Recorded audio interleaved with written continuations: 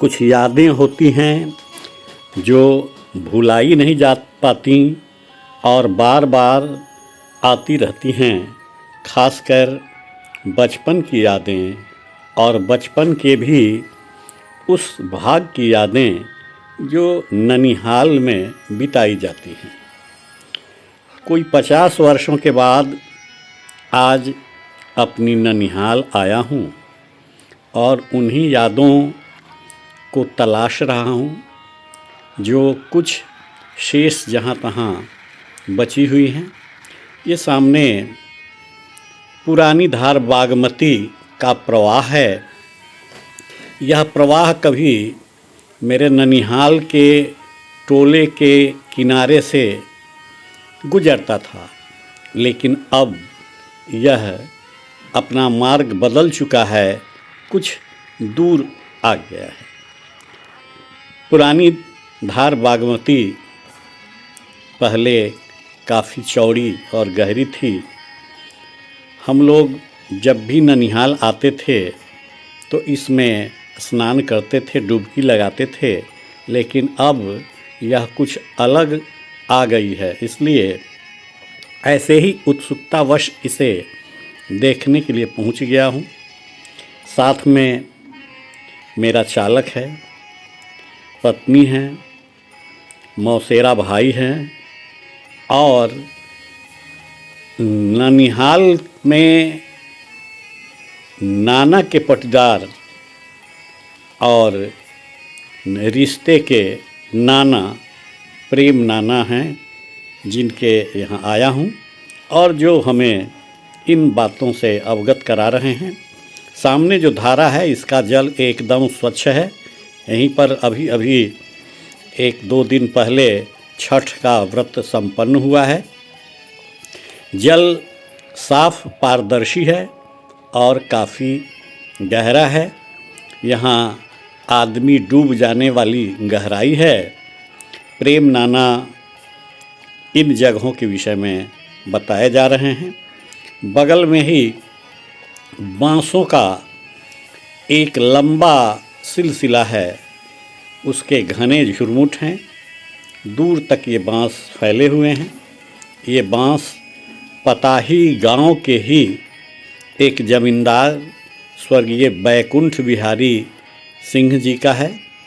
अब उनके पुत्र शायद वे भी अब नहीं हैं और पोते इसके वारिश हैं और उन्हीं के मालिकाना हक में ये बंसवारी है। प्रेम नाना इन जगहों के विषय में बतला रहे हैं। इतने दिनों के बाद लौटने पर पता चला है कि जो नदी नाना के टोले से गुजरती थी वह किसी साल उसका भरण हो गया, यानी बाढ़ के समय वह धारा पूरी तरह से मिट्टी से पट गई। अब वहाँ प्रवाह जैसा कुछ नहीं है, बल्कि मिट्टी के टीले या भरण के बीच से प्रशासन ने एक पतला सा नहर जैसा मार्ग बनाया है, जिसमें कुछ जल कभी कभी आता है, लेकिन अब वो नदी का रूप नहीं रह गया है।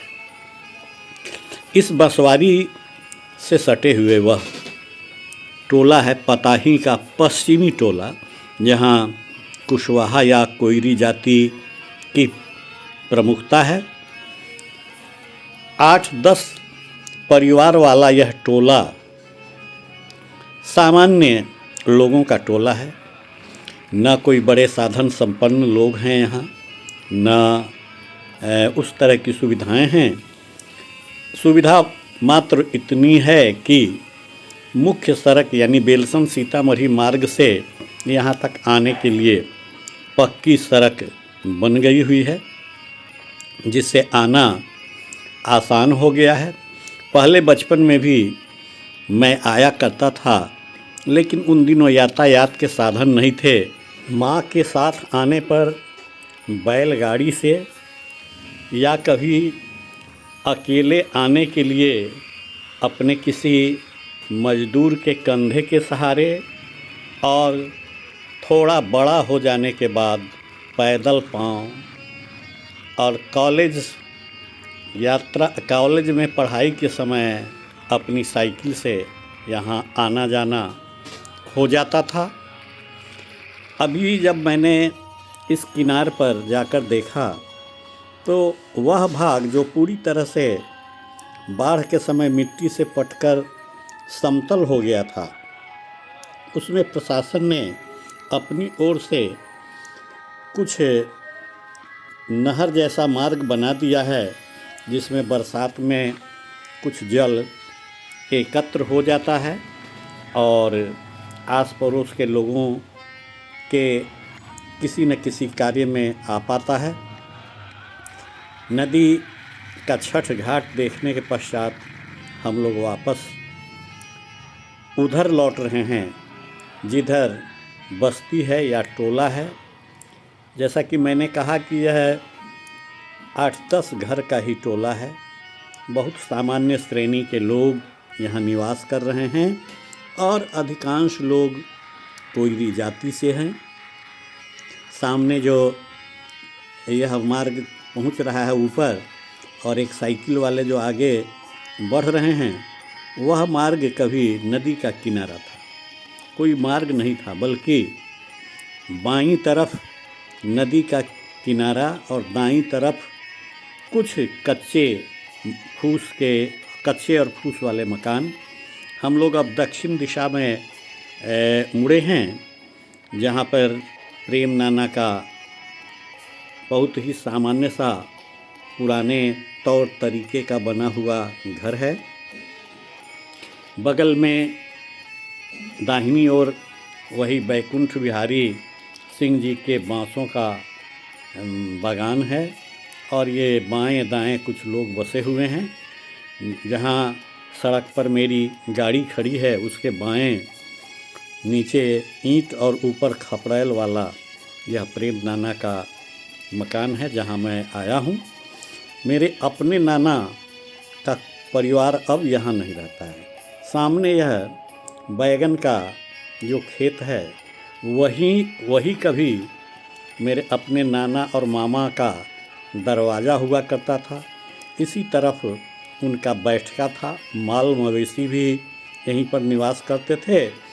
और बाएं जो यह मकान अभी दिख रहा है, उसी मकान में संयुक्त रूप से और बड़ा जो भाग था उसमें मेरे नाना भी निवास करते थे।